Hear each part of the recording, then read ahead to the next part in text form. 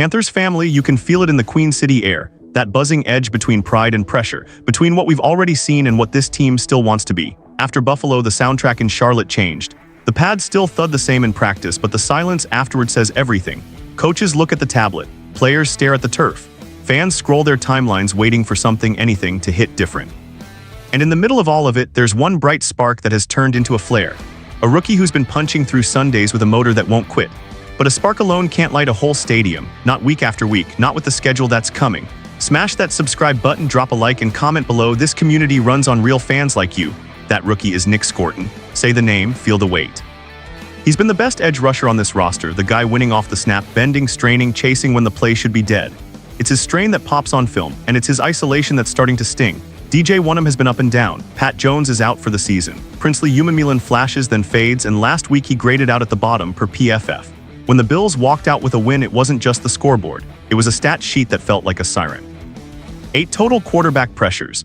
8 and only 1 quick pressure from the inside courtesy of Trevin Wallace. As NFL insider Kevin Patra put it, the pass rush is the biggest concern, and if the Panthers want to cling to those playoff hopes, they need to find a running mate for rookie Nick Scorton. You hear that in your chest tightens because he's earned it, because he shouldn't have to hunt alone. So the whispers turn into names: Yalen Phillips, Trey Hendrickson. You start to picture that other bookend, the one who forces offenses to pick a poison, chip Scorton and leave the vet one-on-one, or slide protection and free the rookie to eat. That's the dream. But even dreams come with price tags, premium picks, real cap, real risk, and the schedule in the back half isn't forgiving. It's brutal. It's the kind of stretch that can make a bold trade feel like a flex in the moment, then a bruise by December. That's why you're hearing 2 stories at once out of Charlotte: urgency and restraint. Push and pause, do it now or build it right. Because there's one truth we can't shake: this team is closer than it was, but not finished yet. And the sand in the hourglass is slipping fast. Time to step into the fire and face it head on, because the next move will define not just Sunday, but the entire arc of this season. Let's talk about what happens if they pull the trigger and what happens if they don't. Here's the pulse from inside the building and across the fanbase. People see the same tape. Scorton is winning his piece of the rep.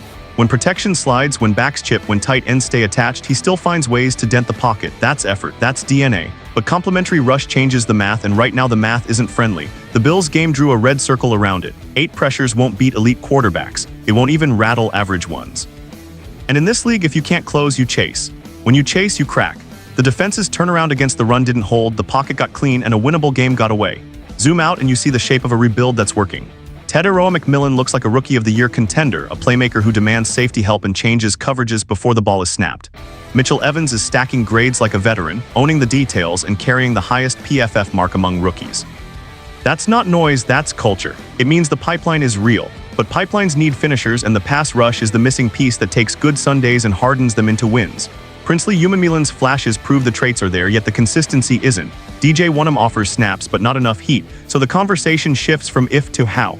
Inside the front office, the calculus is cold. Do you burn a day 2 pick for a proven finisher and risk watching a brutal second-half slate flatten the record anyway?